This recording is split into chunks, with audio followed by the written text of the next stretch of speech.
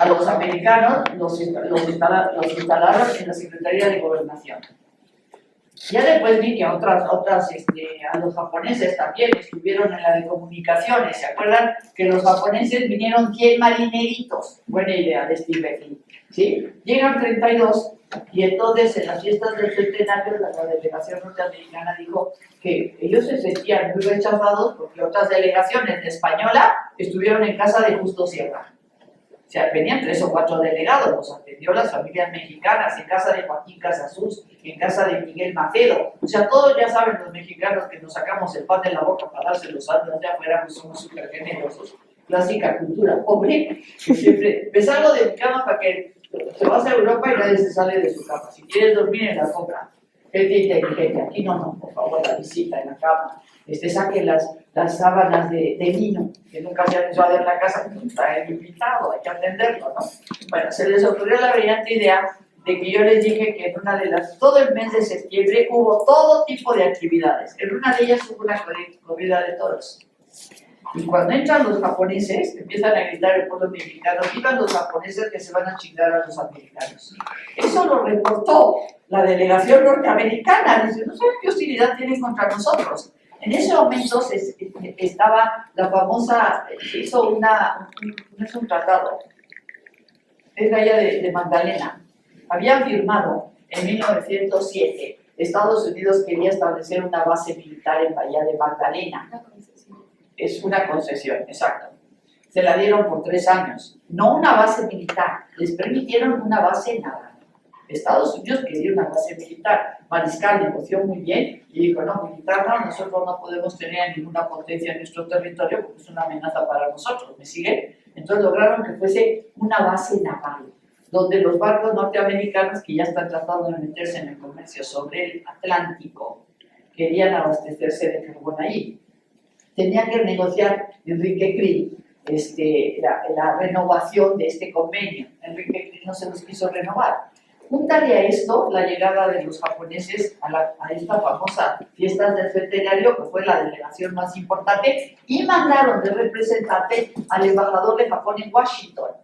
Y obviamente todo el mundo dijo, oye, ¿qué tan importante es México que manden a su embajador? Y después Krieg se le ocurrió ya la peregrina idea de para agradecerle al emperador, mandó al hijo de don Porfirio, a Porfirito, para que fuera a Japón a agradecerle a los japoneses haber venido a nuestro país. Con lo cual se empezó a manejar, porque yo he visto la correspondencia del Departamento de Estado y del embajador mexicano que le dijo en Washington, hay rumores de que en México van a firmar un tratado con Japón para dejarles Bahía de Magdalena como base militar. Y eso Estados Unidos no lo podía permitir. ¿Me sigue? O sea, es que Krieg no tenía ninguna experiencia. Había sido gobernador de Chihuahua y un extraordinario banquero. Ese fue un grave error que cometió Limantour. Pues, ya otro problema con Estados Unidos ya no. Después el otro problema es Limantour. Limantour acabó convirtiendo la famosa política de conciliación, que era la base del sistema político porfirista, acabó uniendo nuevamente poder político con poder económico.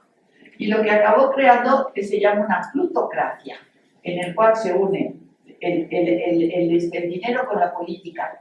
Y yo les expliqué que las gentes que entran a gabinete venían de las grandes oligarquías de los estados. El primero, Ramón Corral.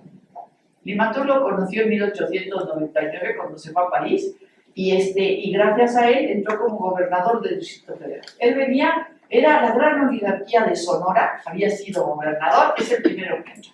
Gracias a él entró, después a Ramón Corral lo nombran secretario de Gobernación, enero de 1903, gracias a Limantour. Gracias a Limantour, Ramón Corral se hace de la vicepresidencia el 1 de diciembre de 1904. Después Limantour logró meter a Olegario Molina, el hombre más rico de Yucatán, en 1907 lo metió como secretario de Fomento. Gracias a Limantour, nombran a Justo Sierra, en enero de 1900, subsecretario de Instrucción Pública.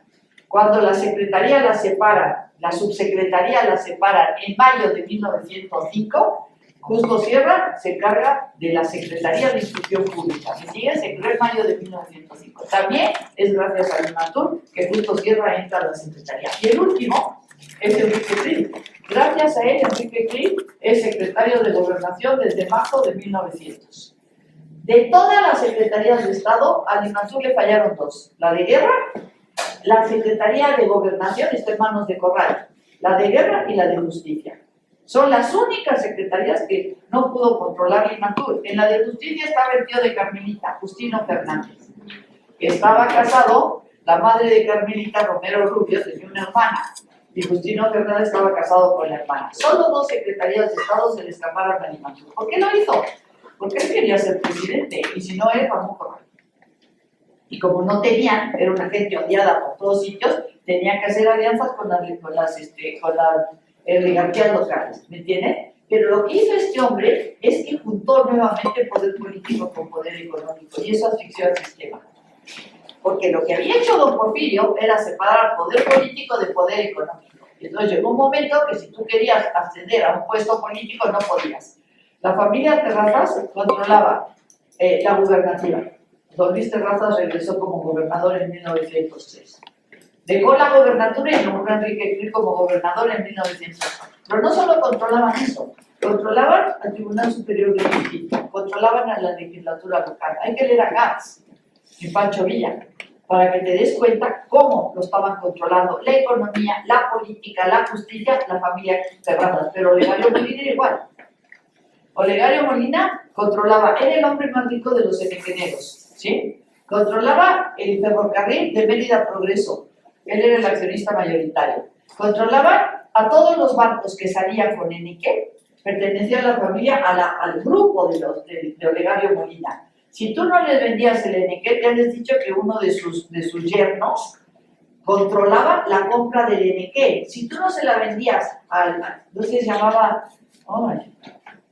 en un sitio se los dije, era un yerno de don Luis, de Olegario Molina, y si tú no le vendías el Enequén a este tío, no había manera de trasladar el Enequén porque no te podías subir al tren.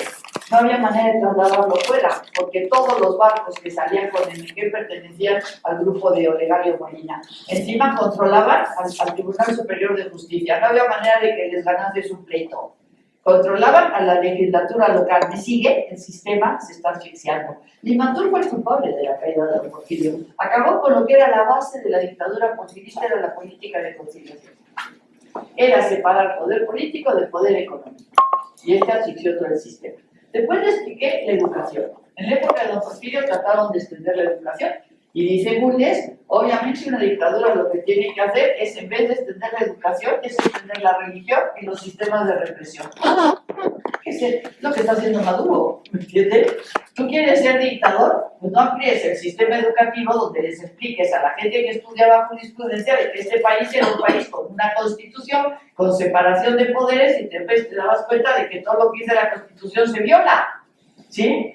O sea, la educación es terriblemente explosiva porque la gente se da cuenta de que todo lo que te dicen es mentira, que las elecciones eran un camelo, ¿me sigue? Entonces, lo que dice Bulnes, una dictadura tiene que ser consecuente consigo misma. Lo que tiene que hacer es no permitir extender la educación, limitarla. Y segunda cosa, apoyar a la religión, que es un sistema en el cual te dice que lo mejor en el mundo es ser pobre, porque el paraíso te pertenece. Entonces, es un sistema maravilloso para mantener una dictadura. Y la otra cosa, reforzar al ejército, reforzar a las policías, reforzar a los rurales. O sea, cuando don Porfirio cae, el ejército mexicano tenía 28.000 hombres. Cuando Juárez hace una reducción del ejército en 1867, tenía 20.000. El país había pasado de 7.800.000 a 15 millones.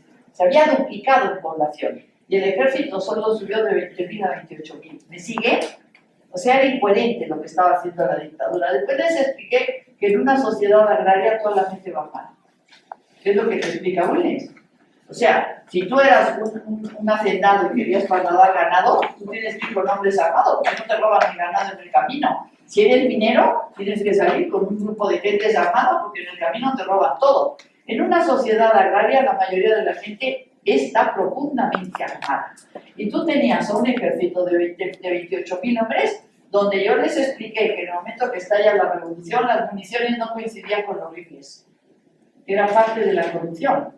En época de crisis, la corrupción sale a la superficie. Porque don Porfirio, para tener tranquilo al ejército, a los generales les daban directamente el presupuesto. Los generales aumentaban el número de caballos, porque mientras más caballos tenían, le daban más para forraje. ¿Me sigue? Aumentaban el número de efectivos y a la hora de la verdad, pues les dice que cuando ellos hacían el día 16 de septiembre, había un desfile en honor de la independencia, y dice Bundes que los mismos caballos que usaba un grupo del ejército en la calle de la Moneda se bajaban y se subían otros, sí, eran los mismos caballos flacos, y don Porfirio creía que teníamos una caballería extraordinaria. A la hora que estalla la revolución se da cuenta de que le habían tomado el pelo. Esta cosa de que compraron municiones que no coincidían, pues se las dejaron baratas, entonces era cuestión de lanzarlas con la mano. O sea, no coincidían las municiones que se compraron con los fusiles que nosotros teníamos. Entonces ahí apareció toda una. Y les dije que la última cosa de la entrevista, que se considera que es el inicio de la Revolución Mexicana.